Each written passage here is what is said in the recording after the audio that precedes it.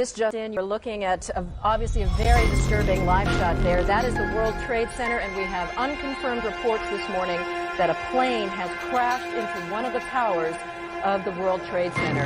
CNN. On my orders, the United States military has begun strikes against al-Qaeda terrorist training camps and military installations in the Taliban regime in Afghanistan.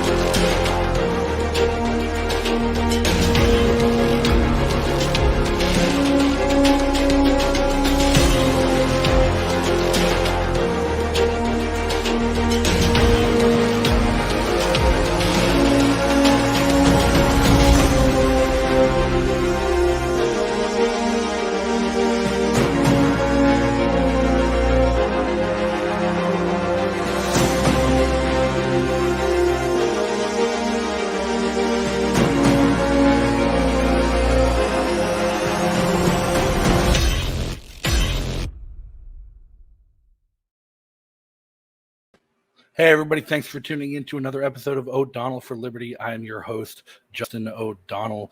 First things first, give a plug out to our always sponsor, snackswag.com. You can go and get your favorite Liberty gear. Backed by popular demand, the Already Against the Next War shirt available over at snackswag.com. And as always, free shipping on all orders at snackstore.com. Links are in the description for that. And I want to give a big welcome to our guests for this conversation today.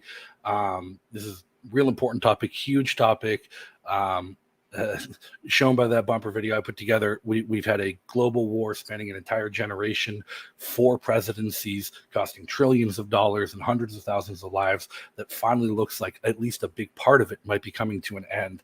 And I wanted to bring in 3 people that I thought could bring the most unique and most thorough perspectives to this discussion. So we can talk about what this means for the future and where it's going to get. First up, we got Adam Kokesh of Iraq Veterans Against the War fame, libertarian activist extraordinaire. We've got everybody's favorite Libertarian Boogaloo Boy, Magnus, coming from the left side of libertarian activism and organizing the big End the Wars protest in DC coming up. And our creme de la creme, proprietor of antiwar.com and everybody's favorite anti-war writer, Scott Horton. Thank you, gentlemen, for joining me today. How are you guys? Excellent. Doing awesome. Great. So, as I said, this war has eclipsed anything you would think of when you just say the word war and you talk to somebody about the history of warfare in the United States. It's spanned an entire generation where the last troops coming out were walking the same patrols their fathers walked 20 years ago, cost trillions of dollars. That's going to impact our economic debt and our inflation for generations yet to come, cost millions of lives across the globe in this conflict, and spanned 4 presidencies. Everybody has a different perspective on it. Everybody's coming from a different approach. I invited all 3 of you on because you guys all come from different approaches, but to the same conclusion that we just need to end the damn wars. Well, Justin, let me just say first, this is an awesome panel to talk about foreign policy and militarism and activism all together. But I'm pretty sure you're the only one here who's actually been to Afghanistan. But as a group, the 4 of us, I think this is going to be a lot of fun. No, and I'm excited for it. And like, I want to hear what you guys have to say. Like Scott, you definitely come at this from a more academic approach and like just why the wars are bad. And Magnus, like you're the feet in the streets kind of guy ending the war. And Adam, like me, you've stood up as a veteran, like telling people your stories about why it's bad and what you've experienced. And Afghanistan, Iraq, what's the difference when there really was no borders to this war? We have troops in the Philippines, in Mali, in 89 different countries. I think there's combat operations with U.S. troops. I think it's we're bombing. I have the stat like right in front of me. We're bombing 6. Like have people involved in 12, have like combat operations in 4. Stop saying we, Magnus. Stop saying we. You're part of the problem. The U.S. empire. I'm gonna pull up the stat. Thank you. I'm gonna pull up the stat right now. Actually, so when I first pitched the show, when I first reached out to all you guys, it wasn't the war is over. Like it was after I reached out to all you guys that it was all of a sudden the Taliban retook Afghanistan. U.S. citizens were being evacuated in panic, and Biden gave a speech that blew my mind, and I have to give props to Biden's speechwriter as finally saying we shouldn't be fighting these wars that people aren't willing to fight for themselves. So like a lot's happened since we agreed to do this show. How do each of you feel like the end of the war in Afghanistan affects the mission of ending the wars in general? I guess I'll jump up on that. I'll be probably the most pessimistic person here. I think that obviously while ending the war in Afghanistan is good, in that same exact speech, he's like, but we're going to ramp up anti-terror operations across the globe, including expanding in Africa and expanding in Asia. And it's like, okay, so I've been selling this kind of as it's not really an end of a war, is more of a change of theater, seeming Afghanistan was supposed to be the terror war anyways. It wasn't as much like Iraq or Syria where it was regime change. That's, Afghanistan was the war on terrorism kind of thing. And Biden just told us straight to our faces, like, oh, we're going to go into Ethiopia and Somalia. And it's like, okay, the war is not really over. We just changed where we're going to fight it. Yeah, I want to bounce off that with something very positive and acknowledging that negative, because I'm concerned that the mess that is being made in Afghanistan is deliberate in order to create more excuses for re-engagement somewhere else or back in Afghanistan. I mean, already it's a small surge, but the surge around the evacuation, 5,000 troops? Was that what it is now being said deployed? up to 6,000. Up to whatever. Yeah. And I don't think that's not the thing to be afraid of, but it's like already here's an excuse.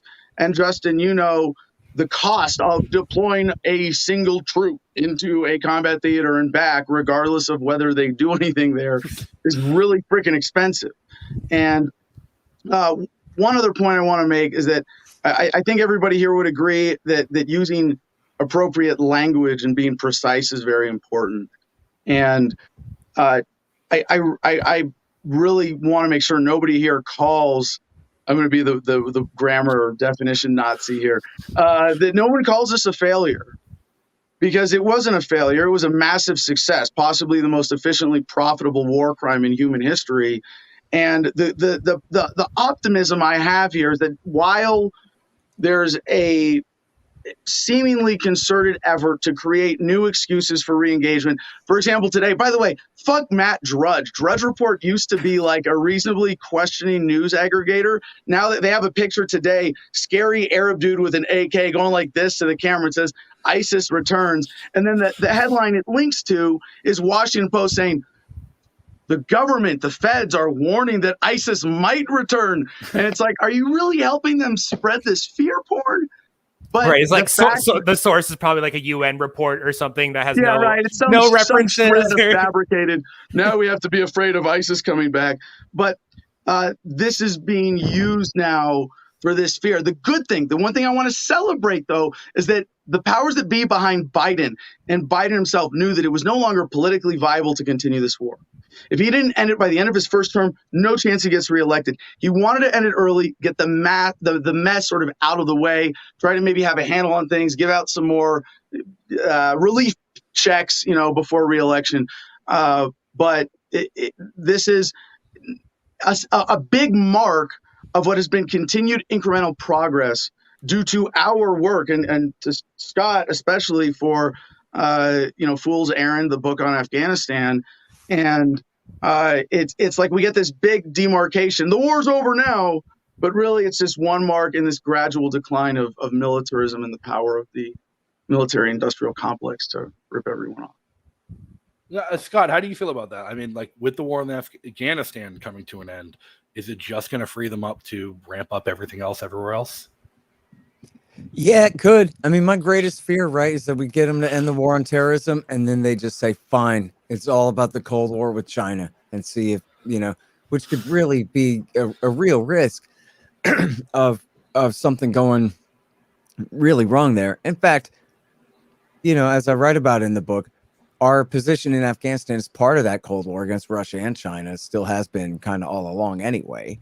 And it's one of the last ditch kind of desperate excuses you'll hear from the media right now that I saw Peter Bergen say, oh, but we have such a great strategic outpost here being adjacent to Iran and Russia and China, which doesn't give us any strategic advantage at all, but it does increase the risk of some kind of tripwire for conflict with these countries that otherwise we don't want to be in conflict in. It's like that old meme that used to circle around. It was just a map of Iran and it showed all the U.S. bases in Afghanistan and Iraq. They must really want war. They put their country in the middle of all of our bases. Right. Yeah, in a way, like our Pentagon was doing us a favor in a backhanded way there by essentially putting American troops within the range of Iranian mid-range missiles, which serve as a major deterrent for us doing anything to them. Right, all those bases actually mean we can't fight them because they can sink our battleship right across the Gulf. We have the Fifth Fleet Station in Bahrain. We have the massive air base in Qatar, troops in Kuwait and Iraq and Afghanistan. In a crazy way, like mutual assured destruction helps keep the peace kind of thing has helped keep us from fighting Iran this whole time. So, I said during the Iran nuclear deal that, like, look, all other things being equal, this is great. And I'm pretty sure it was on Tom Wood's show I said, but I don't know, the Saudis could do something crazy in reaction, right? And then they started this horrific war of genocide in Yemen. And Obama helped them do it just to make them feel better about the fact that he was signing a nuclear deal with Iran. So, our even Manning and Julian Assange and the heroic Iraq and Afghan war logs and State Department cables leak, that led to, like a mildly successful Arab Spring revolution in Tunisia that lasted, 10 years max. And in Egypt, a year and a half. And everywhere else, an American, Saudi, CIA counter-revolution backing evil al-Qaeda terrorists in Libya and Syria, leading the rise of the caliphate and all of the turmoil, really helping to lead to the rise of the turning of the war in Yemen because of the ouster of Saleh and all that. So you do the right thing, and it should have good consequences, but it doesn't always have good consequences. I don't know. Things could be much worse. Right. They could decide, 10 years ago, when they drew down from Afghanistan, they said, well, now we got to pivot to Africa, because or else what are we going to do with our special operations forces? And that's where the big pivot to Africa came from back then, was the end of the Afghan surge. Remember, they lost the Afghan war 10 years ago. Was the final end of the thing. So they lost it 20 years ago. Lost. Lost. I think that's the wrong framing, man. They lost a certain element of the PR justification, but the occupation continued. And it was never it wasn't. I know this is a weird rhetorical thing. Well, look, I mean, it's a regional thing, right? The Taliban ruled the Pashtun south and east, and a lot of the countryside, kind of even further in the south and the west of the country. And the Americans had their redoubt in the north with the Tajiks and the Uzbeks and the Hazaras and all that. So, and then at nighttime, the Taliban's jurisdiction expanded, their kind of shadow government. And then in the daytime, they'd kind of retreat back to more like a guerrilla force to stay from being bombed. But they won the war, and the Americans decided they really couldn't do anything about it. And the fact is that what you could do is you could do like a carpet bombing campaign of hydrogen bombs against the Pashtun regions and just destroy these people. or you can admit that you can't tame them, and they declared independence and they mean to stick with it, and there's nothing that we could do about it. And after 20 years, I mean, look at how quickly they took over the country. They had made deals with, right under the Americans' nose. They had made deals with a lot of the people the Americans were working with and everything. Patrick Coburn wrote, this wasn't even a military victory as much as a political one, that they just came in and said, hey, we could either kill you or you guys can join us. And this is the same way they took power 25 years ago. They said, look, we don't want to kill you. Just surrender and do what we say. And then they go from warlord to warlord to warlord, saying, like the Borg, saying, join us or die. And the Americans couldn't do anything about that. What are they going to do? They're going to put another 75,000 troops over there, blow up a ton of shit, kill a bunch of people, and then be in the exact same position again? I mean, the surge 10 years ago only backfired, right? The population of the insurgency had increased by however many 100% by the time they were done with it. I mean, you could say, oh, no, that's what they wanted to happen. Fine. Yeah. But I'm just saying, at the end of the day, they just got their asses driven out of the country and they're running for the airport. Well, I mean, call that's what they meant to happen all along, dude. That's a humiliating, ignominious defeat. To Adam's point, Scott, I think what Adam's trying to say is, like, to say that the war was lost is only to acknowledge one aspect of the war. I think it's fundamentally acknowledgeable that the war was lost in not achieving its stated objective. Yeah, can I? But yeah, so I said this. So I did an interview with RT International that keeps interviewing me recently. It's been interesting. But they asked about something that along these lines of, do you believe the military when they say these things? And I think there's a level of military generals, operators, logistics planners, et cetera, at that level of military planning who are given a task by the architects of the policy at the level above them. And I think Scott is just looking at it from their perspective. From their perspective, they lost. I'm looking at it because I think it's more important to look at it from the perspective. I don't think Scott's wrong. I'm not saying you're wrong at all, Scott. I just think and I think you acknowledge you're reflecting this perspective of the sort of generals, the commanders, the ones executing this policy on the ground.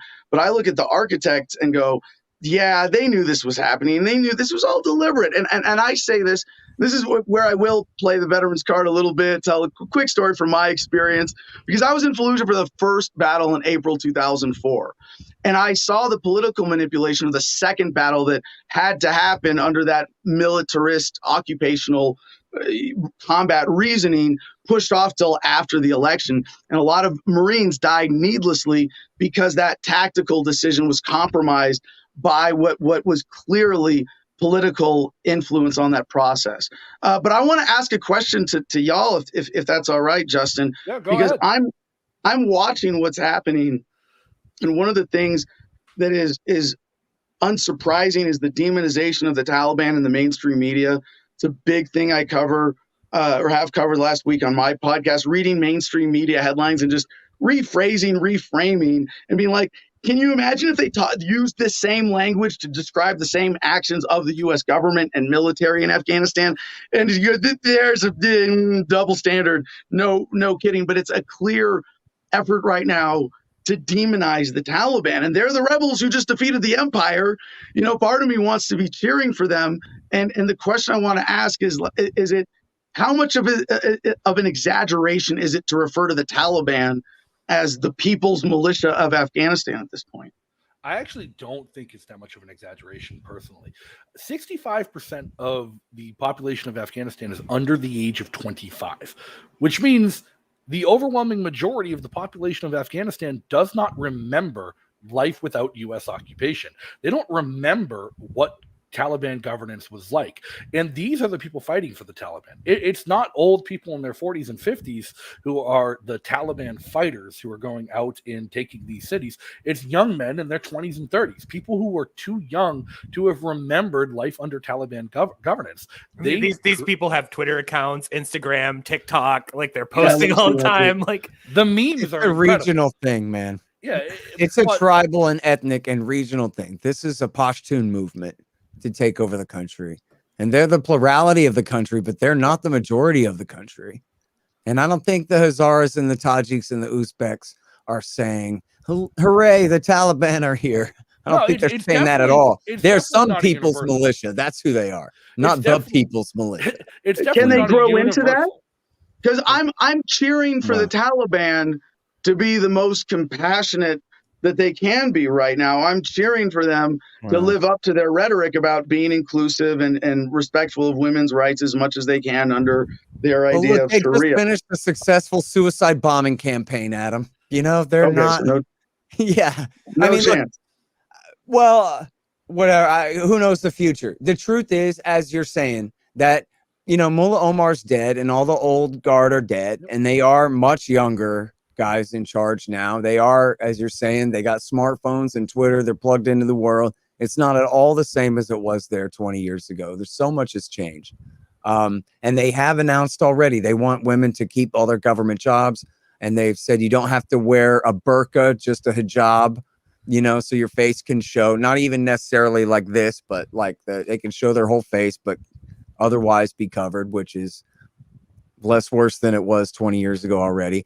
And who knows, that might not last, right? I mean, Hakanzada might come back and say, all right, we're going back to the 1300s, everybody. And then, or he might say, we're killing all the Shiites because they're all heretics. Where I wouldn't put it past them. I mean, these guys they are ruthless murderers. They have been this whole time. So, you know, that's why Bill Clinton supported them in the 1990s, because they were the most. Well, I mean, I'm not trying to just be ironical and shit. Like, that's really true, right? Like, we need somebody to instill law and order around here so we can build our pipeline from Turkmenistan.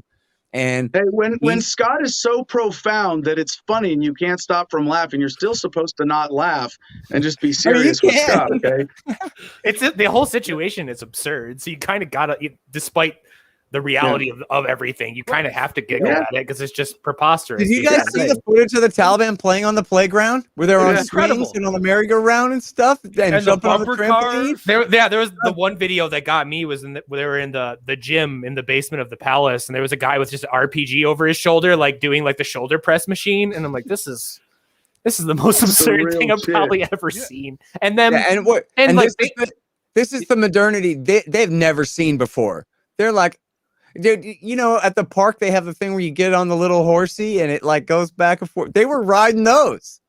Yeah, like that's a big deal for them coming out of caves or coming out of rural Afghanistan and where they've been hiding. Yeah, it might have been the first time they ever really had fun, you know, other than maybe skipping some stones at the pond or something like that. And like serve ice cream. Right, yeah, I was gonna actually bring that up. It's obvious that whoever's running these social media campaigns is also very aware of modern politics and meme culture, because that ice cream picture was deliberate. Like, that wasn't just like, oh, we got ice cream. Like, the account that posted it, if you translate it, they were making fun of Joe Biden, and because they know the meme of Joe Biden having all these pictures with ice cream, and it's like, okay, like obviously the propaganda, like social media stuff with the Taliban is way more advanced than people realize.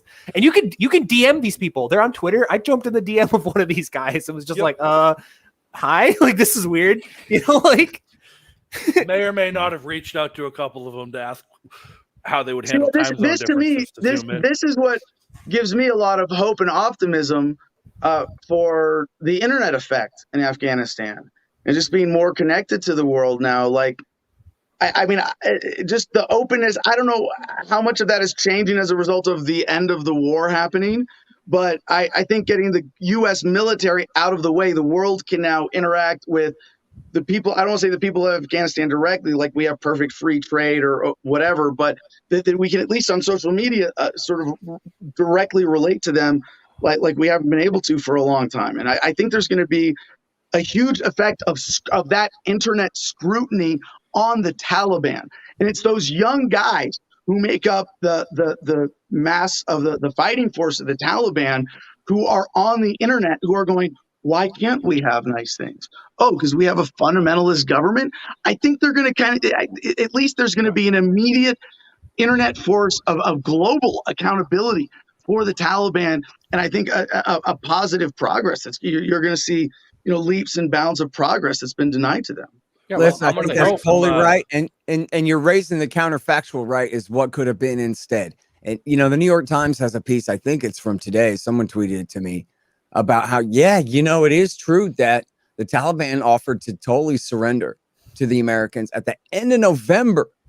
And I guess I had forgotten this part of it, that this is before they even let Osama escape. And they're still trying to, after the Taliban tried to surrender, they're still conflating the Taliban and Al-Qaeda and fighting the Taliban instead of Al-Qaeda. While they're letting Al-Qaeda get away, they're going to war, got their Green Berets fighting the Taliban up in Mazar-i-Sharif and all this crap. Right. So speaking of the meme culture of the Taliban, I want to break some news that at least Magnus is going to find very disappointing. I just went to go try and find it could have been peacetime with them the whole time. We could have been engaging them with the internet this whole time instead of doing a regime change. And it would have been a hell of a lot less worse. Here we are starting all over again 20 years later after a couple of 100,000 people killed. Now the question is, will the internet help bring the Taliban into the 21st century? Well, that could have been the question at New Year's Day 2002, right? Yeah, we're not dealing with like North Korea or something where they're totally closed off from the net. Like from a digital perspective, their country's wide open. Like everybody's online. They have no at least deliberate institutions of censorship when it comes to the internet and everything. So it's like they're using WhatsApp for 911 services. Interesting. The Taliban managed to set up an emergency services system in Kabul within 24 hours, something that the Afghani government had struggled to do for 20 years to provide reliable civil services. But within 24 hours of taking control, the Taliban government had set up a 911 emergency response system in 7 different neighborhood response precincts where they could respond to calls, all utilizing WhatsApp. Is this actually Ancapistan? Have we actually created Ancapistan? Hold on, just a quick point out of a parallel of what I see as like a potential for technological leaps in a lot of Africa because of the failure of banking services to become accessible. They were using phone minutes as currency, and then they had a lot. There seems to now. I'm not an expert on crypto distribution in Africa, but it seems to be they're more primed to think of money digitally because of that experience. That's just this technological quirk where certain massive populations leapfrog others or are held back and then leapfrog in their technological experience. So I think that's called a lot of that with Afghanistan. I think that's called like the power line effect or something like that. Because I remember reading about this back in like 2005 or something like that of the African kind of culture around the internet and cell phones were actually further advanced than the United States in a lot of ways because they never had power lines. They never had like rotary phones or anything like that. They just jumped immediately to cell phones. So like their entire culture was more primed around that to where like my local doctor's office still doesn't even have a website. It's 2020. And the U.S. government still demands that you fax in your forms in triplicate. So, speaking of the meme culture that's coming out of the Taliban and the new woke Taliban on Twitter, Malang Koste, who's been one of the biggest Taliban tweeters. Please don't tell me it's fake. No, his account was just terminated by Twitter for violating terms and conditions. Yeah, I guess it wasn't fake then. Why Twitter? That doesn't mean it wasn't fake. Yeah, that doesn't mean that. I was just thinking, or that's a double fake. Got to look out for those. He was doing daily live streams and spaces from Kabul, walking around, showing what's going on. Hey, we should talk about the giant thing in D.C. because we got to make sure that it's a giant thing, right? Yes. Actually, I've spent the last 5 hours making like over like 80 phone calls and leaving like tons of voice messages on the Green Party, all the local organizations, churches, all sorts of stuff. So hopefully I'll get calls back from that. But we're having a national march on September 11th, End the Damn Wars. And big kind of awesome announcements around that. The Arizona LP and the Arizona Green Party are organizing together, which is like, that's the whole thing I'm trying to do here. This is the whole point of it. And then before that's happening, I'm missing it because I committed to 9/11 in Sacramento, which is the other West Coast answer. So. That's a now an affiliated event. So you're technically still showing up. You're just at the one in. Yeah. So we have Sacramento California sand country. And then we have Scottsdale, Arizona. We have New York. We have Fort Lauderdale, and apparently a couple other events across Florida that will be a little smaller. We have Denver, and then we have one in Seattle and one in Portland. And obviously, like every other day, somebody's like, I want to organize something here. How do I do it? And I just tell people, like, just go out to a public park with a sign and tell your friends to show up. Like people seem to think activism is way more complicated than it actually is. Obviously, with large events we're trying to do in DC, it's actually a mess because you have all these phone numbers and permits and everything. But like low level local stuff is stupidly super easy and accessible. Yeah, like Michael Heiss was on Tim Pool just the other day, and he talked about how he noticed that I think it was like the Pennsylvania Democrats or whatever ran on decriminalizing weed, but they hadn't done it yet. So he just got on his phone and just like called a couple people from the local Democratic Party and then talked to him and talked to the sheriff and like a couple people with just some phone calls. And they're like, oh yeah, we did forget to do that. And then they decriminalized marijuana.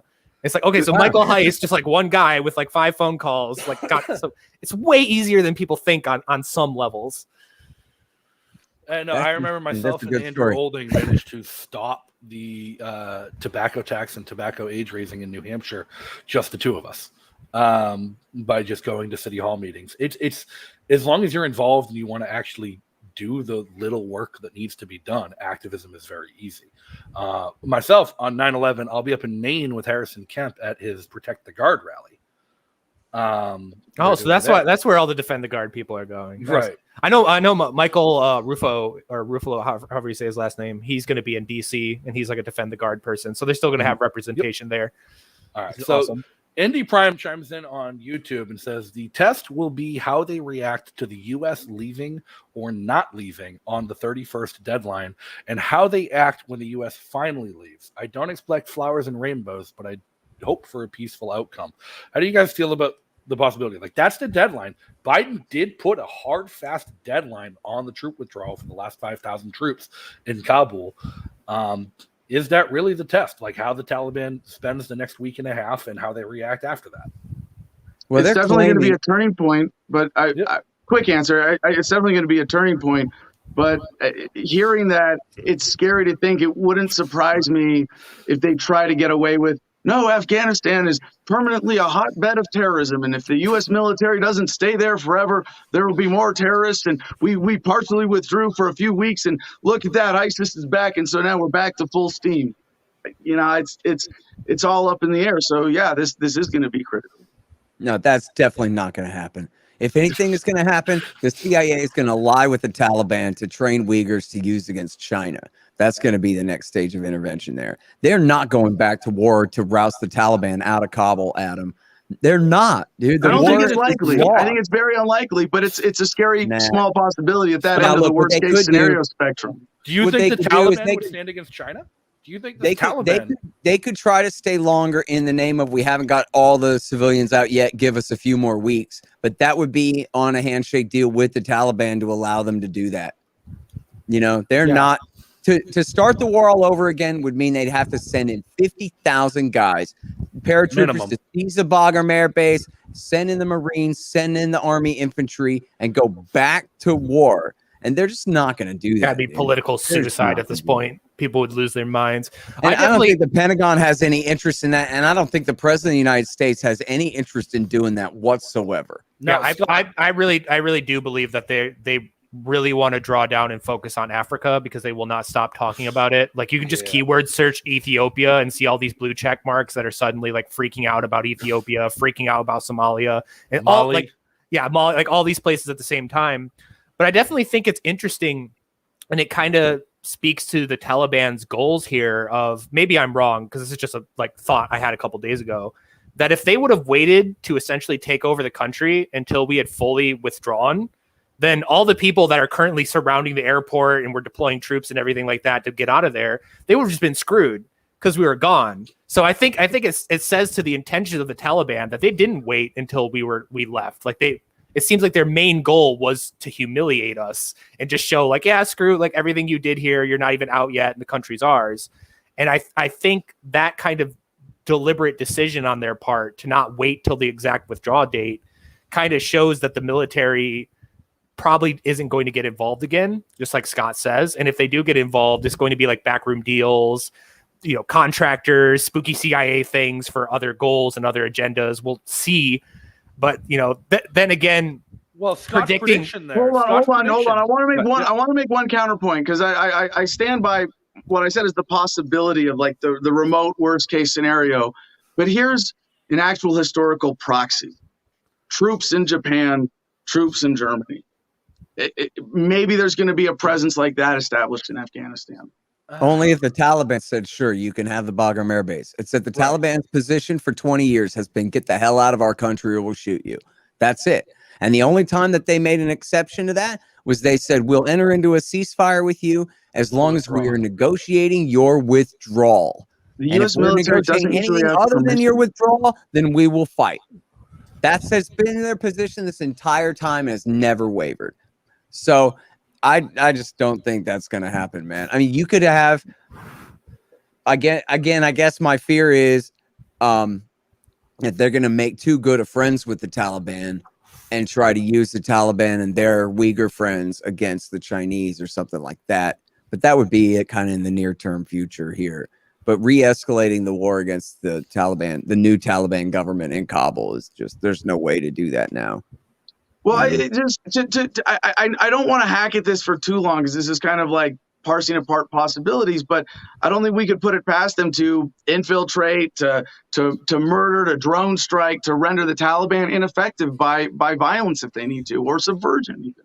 Well, I mean, They they tried to did. do that for 15 years and they've utterly failed. Well, to Scott's defeat the point. Taliban I mean, with they violence. said, Scott, you said Yeah. your prediction would be like the only thing close to kind of a re-entry would be the CIA lying with the Taliban to train Uyghurs to rise up against China. How likely do you think it is that the Taliban would go against China, given the massive friendly overtures China has been making to the Taliban? Great Their question. Trade agreements, trying to build a pipeline. Good question, yeah. Isn't that what we all want to know? I don't know. You know, listen, the Taliban just bit off a lot. Let's see if they can chew it at all. Right. I mean, I don't know if you guys saw where one of the original statements by this guy, Baradar, when they took over the presidential palace, he gave this statement and he says, boy, we didn't think that it was going to be that easy and that we would be here this quickly. And so we should all praise Allah and be cool for now and try to figure out what we're going to do, because they expected a fight at least for Kabul. I don't think the Taliban thought that the ANA was going to simply just disappear like vaporware. And I think That's why they fully had dancing aware. like that. I think they were fully aware the ANA was going to disappear like vaporware. I don't think they expected across the entire country. I mean, he said they weren't. He said, wow, I was surprised. We were all surprised at how quickly we were able to do this. I But don't now- think they expected NATO forces to actually just withdraw. Well, yeah, no, because they had a ceasefire with the United States and NATO for the last year and a half. And the withdrawal date was supposed to be May, and they started pushing in May, and there were still U.S. That's true. troops in Afghanistan. Well, you know what? In May, when they kicked the can down the road in May, the Taliban put out a statement on their website where they said, theoretically, any violence that was to happen now would be you guys' fault for doing this, right? But Right. the Americans, and look, Khalilzad was meeting with them the whole time in Qatar, right? And clearly the message was, we're still leaving. We haven't broken the deal. We've only bent it, but we swear we're going to be out by the end of August or by the middle of September, whatever it is. So don't go breaking this ceasefire with us, because we're not breaking this ceasefire with you. We're just taking a little longer, that's all. And the Taliban have kept their end of the deal. Even though the Americans bent the deal, the Taliban have kept their end of the deal. They haven't killed a single American this whole time. People are acting like it's the Khmer Rouge or ISIS has taken over and they're just killing everybody, but it's just not true.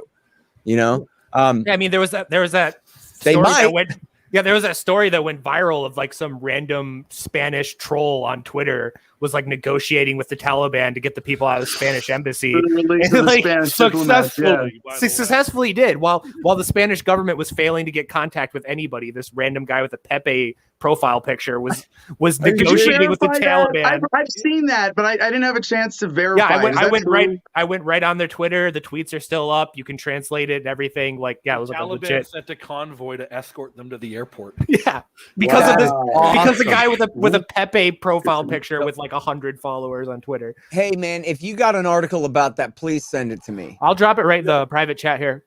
Yeah, that's killer, man. So I actually watched, like, Scott, to the point where like maybe they didn't expect all of the ANA. I don't think they expected the special forces, the 03 units, to just give up, but I think they firmly knew that the rank and file ANA troops were ready to give up because most of them had been paid off. Most of them didn't want to be there. Most of them had only enlisted for a paycheck from the U.S. government that they hadn't been paid. They weren't even getting that paycheck. But and the Taliban played it smart too. The Taliban went right into these bases and they said, "Listen, give us your rifle and go home." Yeah, so they didn't take people out back and shoot them, and they didn't throw them in a filthy jail. They just said, "You're free to go. You're just fired from the army." And they said, "Okay, that sounds fair enough. Why fight?" You know? Yeah. Which to Adam's point at the beginning of this about and then it disappears. But to his point at the beginning of this of people trying to make, and like Scott said, make it look like it's Khmer Rouge or some crazy shit. I don't understand how all these stories coming out and kind of this rumor mill that like, oh, the Taliban are going to kill anyone who worked with the United States, anyone who worked with the government, anyone who was a translator in the military, anything like that, when they didn't treat the ANA like that. You think the one people you'd be lining up behind a building and shooting is the military, and they're not doing that to them. So I don't understand the pearl clutching around like, oh, all the translators that worked with Marines are going to be executed. It's like, really? Although they did murder some commanders, and I wouldn't be surprised if they took some revenge against some translators and what have you. You know what I mean? I don't know. I think it's fair to presume maybe not the absolute worst you could possibly imagine, but presume the worst within reasonable circumstances of the Taliban and the way that they act. Man, they're bastards. They're not Bin Ladenites, but they are horrible. You know, to the point earlier, like of who was given up, Scott, I stumbled across a Vice interview. I generally don't give Vice much credence because they sensationalize and overhype everything and barely qualify as a news source, but they had found a reporter who had been Adam's back. Vice had found a reporter who had been embedded with Afghan 03, the Special Forces unit in Kandahar. And when the Taliban surrounded the city, he said everyone was terrified and that the Special Forces, they were digging trenches, they were preparing redoubts, they were ready to put up the fight of their lives. There were 600 men in the unit who were ready to fight to the death. Yeah, I watched that documentary. Any Taliban advance. And then the Taliban kept sending like, lay down your weapons, go home, go home, go home. And then finally they got a phone call. They got orders from Kabul to surrender and leave. And the Taliban had negotiated with Kabul around them for their evacuation. And the Special Forces got orders in Kandahar that 3 planes would be landing at the airport and the Taliban would allow them to board them and leave, but there would be no fight. Yeah. Although, you know, they also had a situation there for a while where, you know, the Taliban, and I really should have been keeping notes on all this, like day by day on the calendar of which provinces they were taking and whatever to refer back to now, but they didn't first. At the very beginning, they started seizing major territory and holding it, you know, down in Kandahar and in Helmand, and then moving on. But then one of the first things they did was move straight to the north to head off the Northern Alliance at the pass. So they seized Mazar-e Sharif and Kunduz. Well, Kunduz first, and then Mazar-e Sharif and a lot of these areas up near the border with Kazakhstan and all of this to prevent the Northern Alliance from having those northern territories to run to, kind of. And then at that point, you still had the ANA putting up a fight for Lashkar Gah, the capital of Helmand province, way down in the south, completely isolated from the rest of the country, destined to lose, fighting on the Taliban's home field there, where they've owned all of Helmand province except for Lashkar Gah for the last 10 years or so. And then the Afghan army's fighting to the bitter end down there, while the rest of the country in the north is falling without a fight and this kind of thing. So back to sort of what, I don't mean to pick on you and argue with you, Adam, but what you're saying about, this is going around a lot, that the military has made the withdrawal this bad deliberately just to discredit withdrawals and make them bad. Like, I think that this is the best that they can do. I think that the ANA and the U.S. Army are both government programs. And this is them, you know, why would we have, after a 20-year catastrophe of a war, why would the withdrawal look right? And in fact, so look at the position that they were put in there too. I'm sorry, because we were supposed to talk about the protests. We got all diverted back onto the war again here. But so The only way that they could have done this right, everybody's criticizing them because for the main things, right, is the Taliban have seized all the weapons that they left in the hands of the ANA, right, is one. And then the other is all the civilians who are there who have to be emergency shipped out to the airport and shipped out of the country in this kind of humiliating sort of fashion, right? But now there's only one solution to this problem, and that would be for Biden on January the 21st to give a giant speech where he told the entire truth and said, listen, the Kabul government and the Afghan National Army are an absolute joke. And Horton's right. They couldn't possibly stand for a day without us. Therefore, it would be a huge mistake to leave all these weapons in their hands because the Taliban are going to get them. And it would be a mistake to leave a big civilian diplomatic and spy and mercenary and whatever force in Kabul because they're going to be at risk because the Taliban are probably going to take Kabul as soon as we leave. And they would have been attacked like mad by the Hawks for that. But that would have been the only right way to do it. Because what did they do? By compromising and refusing to do that, and especially by kicking the can down the road from the May deadline to later on, they put themselves in a situation where, yeah, we're pretending that this Kabul government we've built can stand just fine. It's doing great. And the Afghan National Army, why, yes, sir, it's 300,000 men strong, and it's ready to fight for the democracy we've helped create for these people. So it's fine and it's safe for us to leave, 3,000 employees at the Kabul embassy or whatever it is. They're claiming now another 10,000 civilians with American citizenship spread throughout the country. I don't know if that's really true, but they're saying, claiming all that. But then at this point, especially once they're pretending that this government project has worked there or whatever, then think of the criticism that they would take if they had then decided to start destroying all the Afghan army's equipment. Right, because we talked about that. Withdrawing all They're their thinking about it staff. now. I saw a tweet that was reporting the White House leak that Biden was talking about plans with the Joint Chiefs about the possibility of drumming up a run of airstrikes to target equipment left. Oh, no, they've already been doing that. I mean, that's the cleanup after the fact. There's been sending B-52 strikes out against the equipment they left behind. But I'm talking about when it was still in the hands of the Afghan army before the Taliban took it from them. We talked about that on my show where all these hawks are like, how could we leave all this equipment, blah, blah, blah.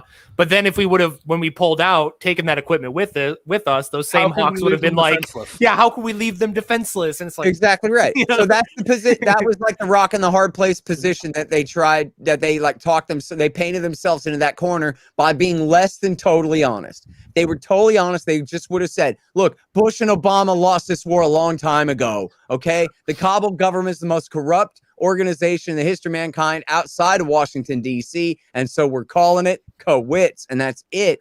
That's the only way they could have gone about it. Otherwise, no matter what, this is the catastrophe you get. The Taliban gets come on, guys. 20,000 I trucks know, and all these rifles and whatever it is. And I know the idea of Biden telling the truth is laughable, but Scott's being serious. yes. no, well, I'm saying, look, he knew he wanted to get out. Why did he even kick the can down the road from May? He didn't want it to be Trump's withdrawal. He wanted it to be his withdrawal. So I saw something. He should have just done the right thing from the very beginning, told the whole truth from the very beginning, and that would have been the best case scenario for getting out of the country. And the Taliban would be taking over the whole country right now, but they wouldn't be getting all of this stuff, and we wouldn't have American civilians at risk because they would have taken care of all of that in January, February, and March and April of this year before any of this came to a head at all. I think I saw a leak. I think it was Pacific or one of the other conservative talking heads had tweeted out their leak from the press pool that like leading up to the speech, the reason like Biden's speech was so delayed, even though it should have been going on for a couple of days, was Harris freaking out and demanding that nothing be pinned on her.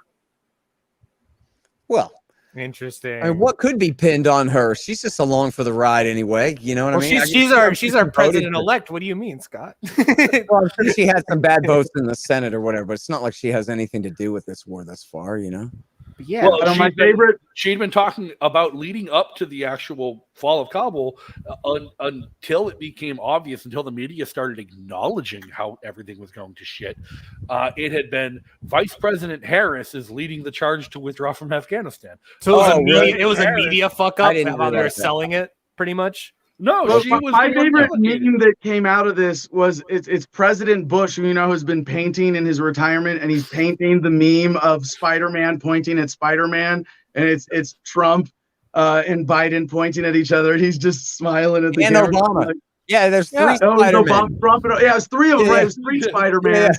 Trump, Obama, and Biden pointing the fingers at each other, going, Yeah. Afghanistan is your fault.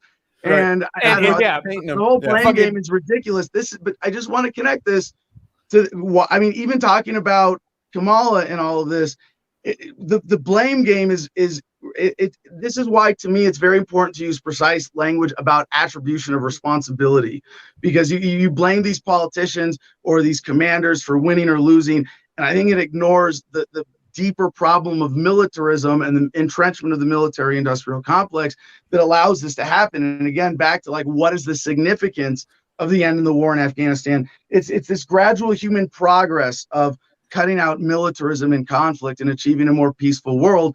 And here's one demarcation, one point in time where we call it the end of the war in Afghanistan, but it's just part of the continued decline of the American empire. Yeah, that's to bring it back to the protests and everything. This is part of it. The fact that I can get people that used to run Bernie Sanders' campaign, Tulsi Gabbard's campaign, a bunch of libertarians, the Mises Caucus, and the ACLU to show up in Washington D.C. together and not fight like cats and dogs. Is to your point of people are increasingly getting sick of it, and I really think the reason why it's not even worse is just the lack of knowledge for so many people. Because obviously everyone in this call, we know we're in places like Africa. We know that we're doing weird borderline military stuff in South America and stuff like that. If that was talked about at the news at all, I think the anti-war fervor would be even more extreme. Because I bring up to normal people all the time of hey, do you know that we're bombing in Somalia? And they're like, what do you mean we're bombing in Somalia? And it's yeah, we have been for 10 years now, or something like that. 20.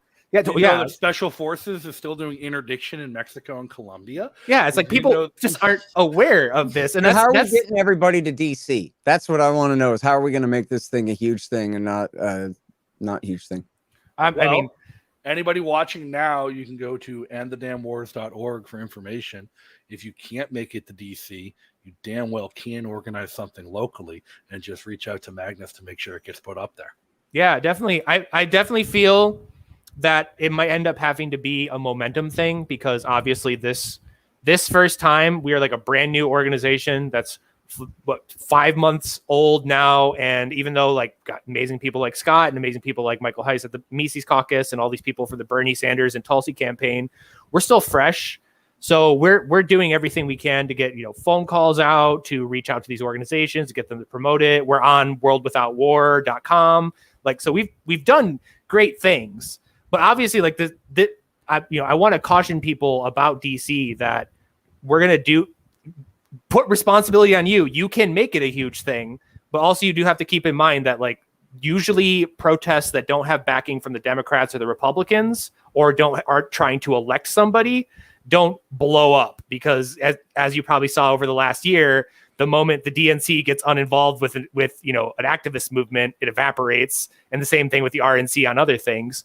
But we're trying to build this network, and that's so important. And I think that people seeing different groups together on this is very important, from kind of a, I guess, propaganda, for lack of a better term, purpose of a lot of people don't think that the Greens or the LP or the DSA or anybody can work together on anything. Yet I bring up stuff like what happened in New Hampshire, where the DSA partnered with the Free State Project and almost got what was it? It was a qualified immunity banned and only lost by 1 vote. And people are like, the DSA and Republicans work together? Impossible. And it's so the more people find out about that, the more it grows this network and this coalition, and the more we can maybe bring back that early 2000s kind of energy. Because me and Scott have had many phone calls where we sit there and we lament that nobody cares about war and you can't get libertarians to show up to things or anything like that, but it's changing slowly but surely. Oh, you're muted, Scott, by the way. You're muted, Scott. Sorry, I forgot I do always do that. Hey, have you talked to the guys at Young Americans for Liberty? Yeah, I've blown up Breaky and everything like that, and they're they're like soft promoting it right now, but I have to keep harassing them because they're saying that they're very busy, but I don't take no for an answer, and I'm very So annoyed. you need to reach out to Lauren Doherty directly. Lauren Doherty, she is the director of Young Americans for Liberty. She replaced Cliff Maloney. She is herself a veteran. Okay, I'll hit her up 100%. That's the main thing, is just getting like names, numbers, and contacts, because you can't reach out to people. Social media guy, like, because I don't see much on Twitter that like, hey, coming up this September 11th, these people are speaking at this thing. I saw like only one tweet like that. Yeah, it's right now. It's because we keep making speaker graphics, and then more people say they're going to speak, and more people pull out. Like we did the whole thing with the Defend the Guard, and then the Defend the Guard were like, no, we have to do something in Massachusetts, and then they were like, okay, never mind, we could send one person. So it's just a mess. We're trying not to put out like false information of like, hey, this person's going to speak, and then they're not there. So it's a mess. I mean, I think I got to tell you, I think like the vast majority of people following me, they haven't seen or heard any of this. They don't know that this is happening because I hadn't had anything to retweet about it at all. Yeah, so go ahead and definitely pull the trigger on some of those, man. Yeah, so if you guys are watching, go follow Magnus's protest on Twitter and at End the Damn Wars. Yeah, hey, Justin, I want to interject with a strategic point in this to the longevity of this cause and the potential of this brand. And then plug something that I'm working on that's related to this. If you see what's going on in France with the COVID vaccine passport protests, they're coming out every Saturday. And they have made the determination, like, that is what the protest movement has latched onto. We are going to come out every Saturday until this vaccine passport is not a thing. Now, end the damn wars.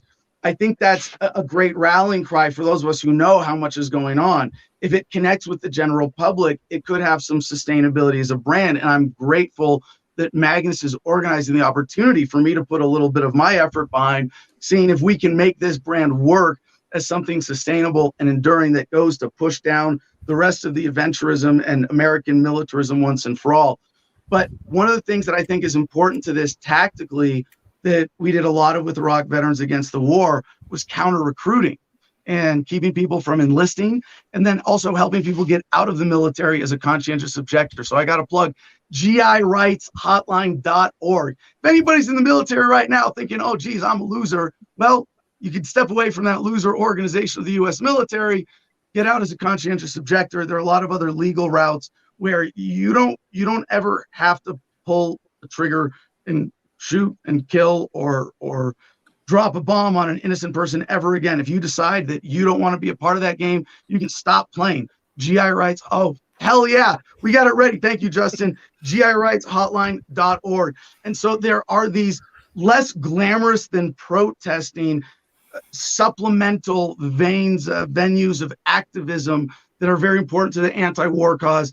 And as a veteran who got out under challenging circumstances myself, and has helped a lot of other people get out, and has convinced a lot of people not to join the military, I think that's very important. Second, I'm doing a nonprofit called Homefront Battle Buddies, homefrontbattlebuddies.com, to help get vets stoned in the woods and empower this generation of veterans to make sure that our lessons are learned by the broader public. And I think specifically right now and over the next few months, Justin, I'm grateful for you as another veteran independent podcaster here, media producer with this.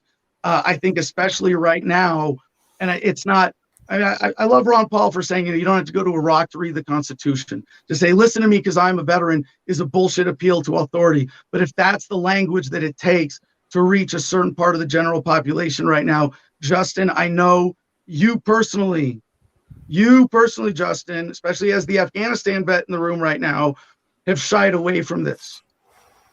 And I know it's tough. I know it's tough for my own experience. Right now, more than ever, I want to encourage guys like you to stand up and say, yeah, let's learn the lessons of my experience and make sure this doesn't happen again. So as I explained on your show last week, like, to me, it was always when running for office, I never wanted to ever mention I was in the military, because people who run for office on a platform of I'm a veteran piss me the fuck off, because they'd run for office on a platform of vote for me because I have a title, not because I have any policy, any kind of like ideas on how to fix things. And that gets lost in the crowd. Like, people run and say, I'm a veteran. And that's their whole campaign. And that's all anybody knows of them.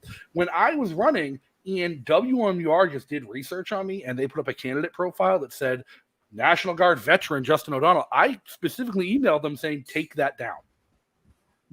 Like, I don't want that because I want people to look into my policy. I think there's a certain value that you're overlooking that the general public needs to see anti-war veterans. They need to see that there's that dissent, because if you don't put that there, all they're going to see is, oh, all the veterans are pro-war. Yeah, so you have organizations like Vet for Peace and stuff like that. And that's like the other thing I'm trying to do with this is the unity. Like the unity thing obviously applies to the political parties, it applies to the persuasions, ideologies, and everything like that. But there's also all of these organizations that, it's crazy to me that I can't hit up just like you, Adam, and you have the phone number to all of these different anti-war organizations, because a lot of people don't talk to each other. Like a lot of people don't go in between. You kind of have to go through these networks of everything.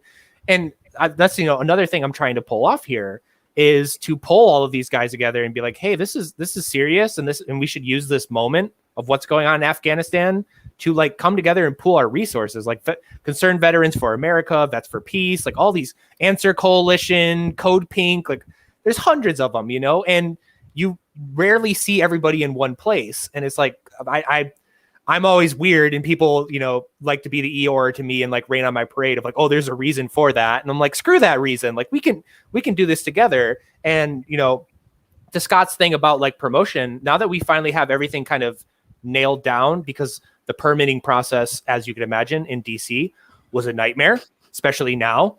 Jesus Christ, are these people the most bureaucratic nightmare nonsense you ever have to deal with in your life? Considered not getting sorry, Pan, before I forget, since there's an important connection here with what's happening in Afghanistan and these rallies, even though it's almost like a celebration for what's happening in Afghanistan, do you think we could get an affiliate event going in Kabul?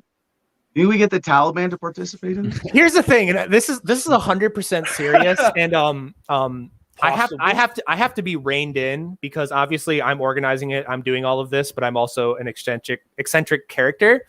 And I literally they're going to see your beard and love you. Yeah, I had that account. I don't think we should probably do a joint celebration with the Taliban on September 11th. That's not what I'm there for. Yeah, that's the thing is like has like nothing they were to do with my intention of being there. I didn't say the Taliban. I just said in Kabul. American. No, that's the thing is the Taliban were retweeting WikiLeaks, and I was like, this is weird. Like this is a weird moment.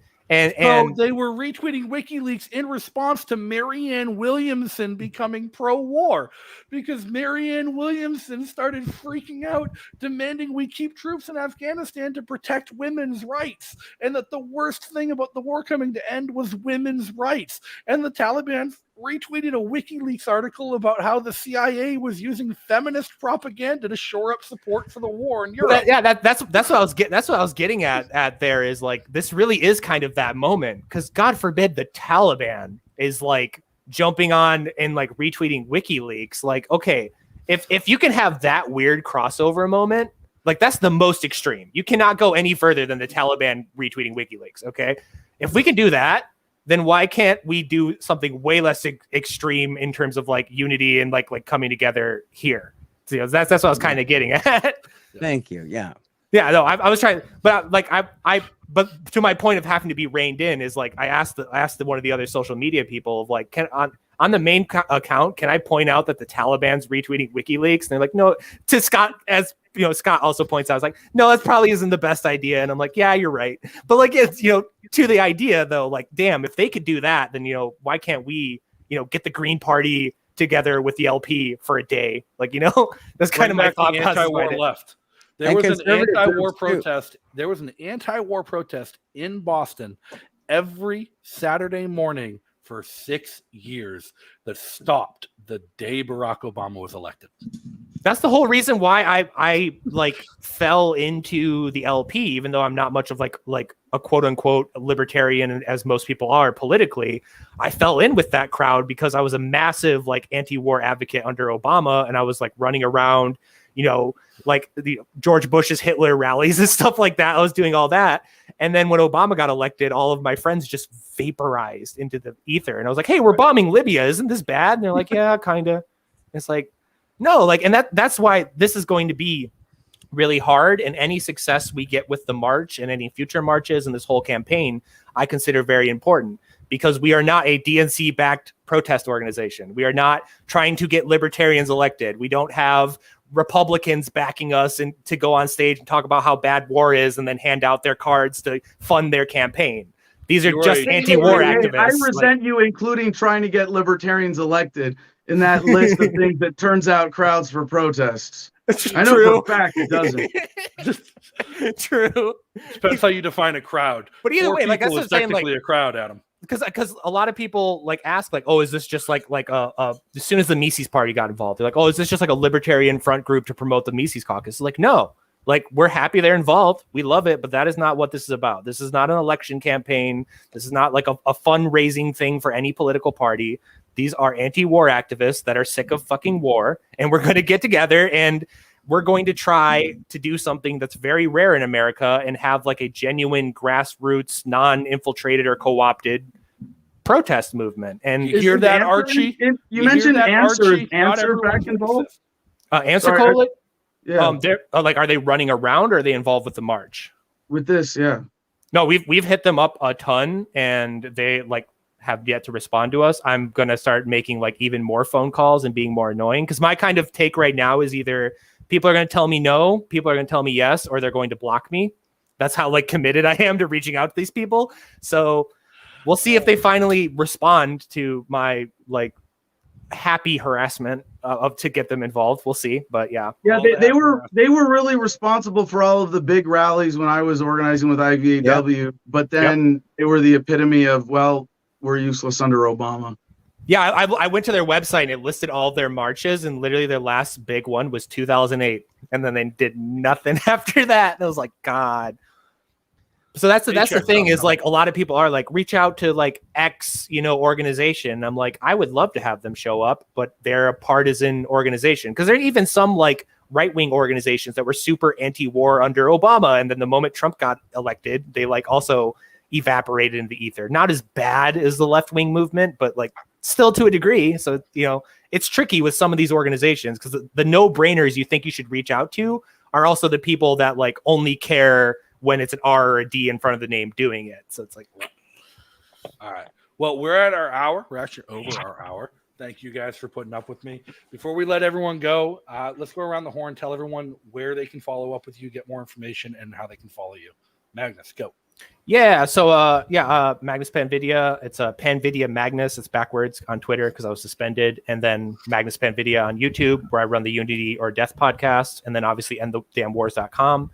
We're doing a huge thing this Saturday where I'm going to be hosted on the MCSC network, which has like 50K subscribers on YouTube, and we're going to be doing a 12-hour live stream where I'm bringing all kinds of people on to promote this and hype this up. Like I have Tulsi Gabbard people, like explicit communists, libertarians, like Republican people. Like it's going to be a wild 12-hour long live stream to hype this up. After tonight, there's going to be a lot of announcements on like what finally got our permits settled. So like, where the event, time, here's the stage. We're going to start, announcing more speakers now that people have finally kind of settled down into who's actually speaking.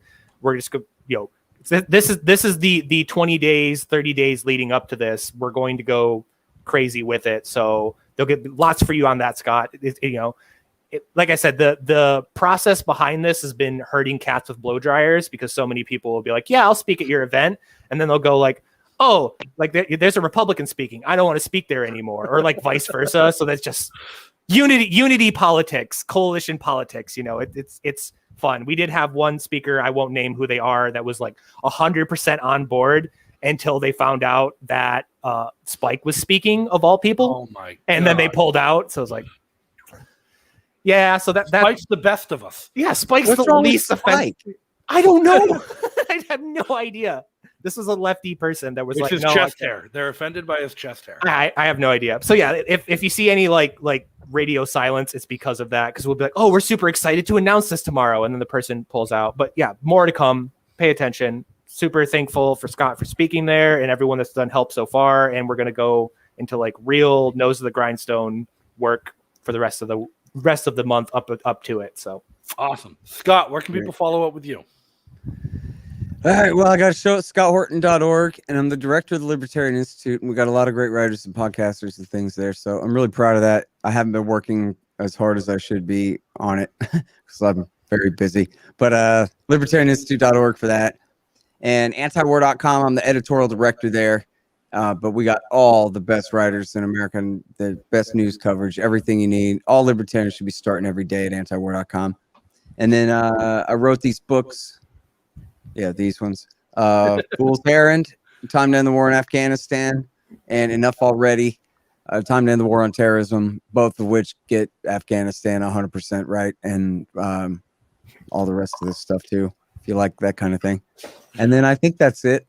Oh, I'm on the radio in LA on Sunday mornings on KPFK 90.7 FM in LA. And at Scott Horton Show on Twitter. yeah. Oh, yeah, and I'm complaining all day on Twitter too at Scott Horton Show. That's true. Yeah. All right, Adam, where can people follow up with you?